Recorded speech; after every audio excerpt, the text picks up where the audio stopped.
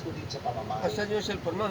Parang okay naman siya ng Ah, yun. Asan ang remote? Baka, Ah, baka nandoon. bago na ng isip si Dito. Baka na Ito pala yung bilis mo ay. Ay, baby. Kumusta? Ang titigas talaga ng ulo, no? Di ba sinabi ko, walang magpapasko sa bahay na to? Alam ko kasi. Huwag ka lang magpaliwanag. Pakinig ka muna. Hindi. Di ba sinabi ko, kung walang TV dito, walang Pasko. Ikaw naman, isang beses lang sa isang taon tayo kung mag-Pasko, yun ba? Kaya, siguro dapat, kahit magkalayo kayo ni Didi, magpasalamat ka pa rin kasi ang ayos naman kayong dalawa.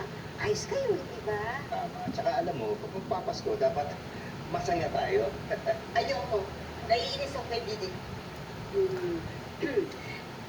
Ano mo, gusto mo ba tulungan kitang tawagan siya? Sana sagutin ka. Ano naman? Tawagan mo. Ako? Ano ko ba? Okay. Ito naman. Ito naman. Okay. Ah! Okay. Uy, may sapatos kang bago? Hello, Didi?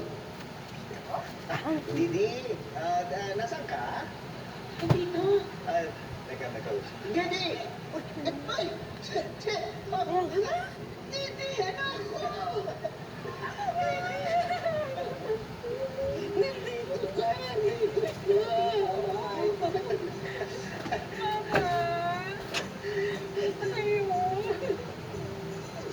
Teka lang. Bago ka magpatuloy sa katita mo ko, nakapag-subscribe ka na ba sa Yulol? Aba kung hindi pa, mag-subscribe ka na. For more tawa, more saya. One click lang yan. Uy, ikaw naman, di ka man lang nagsabi na sana sinundo ka na namin. Eh, hindi ko na kayo inabala kasi medyo biglaan din yung desisyon ko. Kaya naisip ko, siyempre sa'yo na lang si Mama. Tumawag na siya sa amin kagabi. Sila yung pinunsyaba ko maglagay ng dekorasyon. Kasi may isang tao dito na ayaw magpasko. Kasi akala ko, baliwala na ako sa'yo. Pwede ba naman yun? Hindi pwede yun. O paano di pwede na magpasko sa pamamahay na to. Okay. Welcome na welcome. O ano, ikaw, kumusta? Ano balita? Eh, nung pandemic kasi nasa Saipan ako. Tapos lumipat ako ng Guam. Tapos, mga 1 year lang, merong concert producer sa Las Vegas na kumuha sa akin. Si Richard Small. Small? Ano po height niya? Hindi, apelido niya yun. May lahi kasing German si Vicky. Sino pong Dicky? Si Richard. Ano kwento niya? Sa ano kasi, sa Amerika, pag ang pangalan mo, Richard, ang palayaw mo, Dicky. Sure. In fairness, no, wala pa rin binagbago si Robert. Ay, naku. Tapos lumala nga ngayon. Teka lang, Si Vicky, producer mo pa rin siya sa Las Vegas, tama? oo, naging close kami. Eh, sa sobrang close nga namin, Oh! naging fiancé ko na si Dicky. Lapit na ako magka-apo. Uy, congrats ha. Tumagay pangalan niyo ha. Didi and Dicky. And Lini. Kailan ang kasal? Hindi pa naman kami nagsiset ng date. Pero medyo parang kinakabahan nga ako eh. Kasi na-realize ko na magbabago yung pangalan ko kapag kinasal na kami. Oo. Ay, pwede nang ano, hindi mo tanggalin yung apelyido mo ngayon. Di ba uso yung ganun sa Amerika? Oo nga. Diba? Oo, sa bagay, pwede nga yun ano.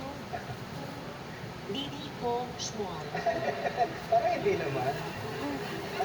Magandang parang. Ay, Nay. Kamusta po? Eh, kamusta ba siya ni Didi? Ayun, small na. Hindi, apelyido ng asawa niya na Amerikano. Small na siya ngayon. Ay, naku, mabuti naman, nakakatuwa. Pero, pwede ko po ba siyang bisitahin? Ay, oo na. Ngayon ka na pumunta ron. Kasi mamaya-maya, pupunta na tayo ng Didi. Dala mo na ako lang. Ako, balik po ako agad ha. Okay, sige. Inay, nabili ka ba ng mga pamasko? Ay, oo na, hindi ko pa alam. Wala pa akong listahan ng pagkakagawan. Dahil nagawin mo yung listahan. Ako lang pa lang bumili ng mga regalo. Orderin ko online. Ano ba? Eh, paano kung out of stock? Hindi mo na yung Hindi yan. Ako nang bahala doon. Eh, paano po yung regalo kay Karen? Ako nang bahala. Talaga tayo bibili? Hindi, ako na bahalang sumama sa'yo. Samahan na lang. Uy, kayo nang bahala sa mga pamasko. Kasi wala talaga ako oras, napaka-busy ko sa KTV. Doon ako ikaw baka naman magkasakit ka. Hindi naman siguro abot sa ganun yung pagka-busy ko. Hindi yun. Ano? Baka magkasakit ka pag hindi ka nakapag-shopping. Naalala lang kita. Paano ka? Ngayon. Ako ha? Ano? Pinapabigay po ni Elsa. Talaga lang. Salamat. Yan ha. Salamat.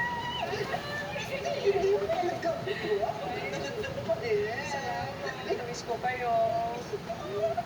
Oh, ma, hanggang ngayon ba? Humihingi ka pa rin ng ulam kina Pipito? Masarap magluto si Elsa. At saka, si Mang po talagang nagpadala niya para dito. Check ko na ba itong dalawa to sa kwarto mo? Ay, teka muna. Tanggalin mo na yung mga pasalubong. Walang pasalubong dyan. Wala. Di ba sabi ko naman sa'yo na nagpadala ko ng balikbayan box ng isang buwan pa? Bakit parang wala naman yatang dumadating dito? Kung si Aling yung talaga parang bata. Ako mainip. At teka muna. Teka ko na, sandali. Alam ko na, teka. I-check ko muna ha. Tingnan muna natin. Oo nga yun. Ay! Na-deliver na daw. Ha? Ay, natanggap ka ba? Tingnan mo nga sa date. Wala, kakagaling ko lang doon. Wala namang kahon. Asan na iyo? Bakit nawawala? Hindi pwede, hindi pwede. Asan na yung pasalubong ko? At, kumusta ho? Nag-enjoy ba kayo? Ay, sarap na food niyo dito. Tsaka masaya. Ay, salamat po. Balik po kayo, ha? Ay, sure naman po.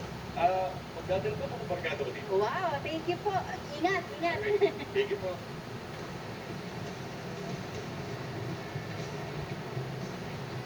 Ah, thank you po.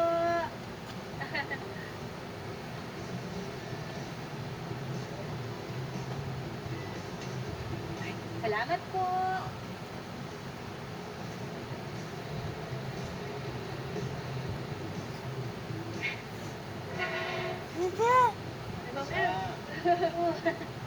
Ako na po dyan. Ano hindi? Hindi, okay lang. Kaya naman eh. Ako doon, pero masaya dahil ang ganda nung pasok yung tenda natin ngayong Pasko. Yun ang tinatawag na magandang problema kung pag-aaral. Siguro mas maganda yan sa uwi ka na. Ako na magsasara dito. Ako talaga? Uy, salamat ha. Pero sino kasama mo? Ox, Mar, Eric, Yasida. sino ba sa inyo ang pwede magpaiwan para may kasama si Patrick? Ano? May volunteer? Ako po, Sir Patrick. Ako rin po. Ako na. Ako na lang. Pwede naman ako. Available po ako ba?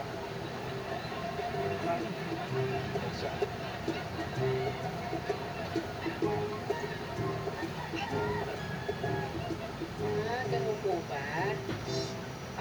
Sige po. Okay. Salamat po. Ano sabi? Asan ba yung pasalubong ko? Sabi nung kausap ko, iniwan daw nila sa tapat ng gate. Eh, gunggong pala yun. Bakit niya iiwan sa gate?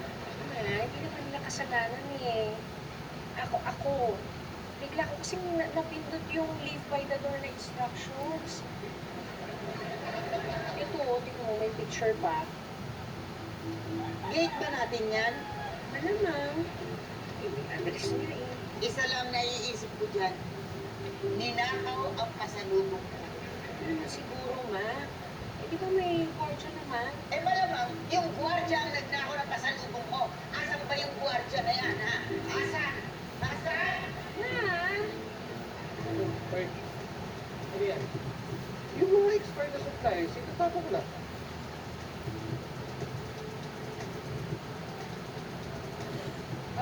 Sir Patrick, ano yung nagagawin ko? Sige.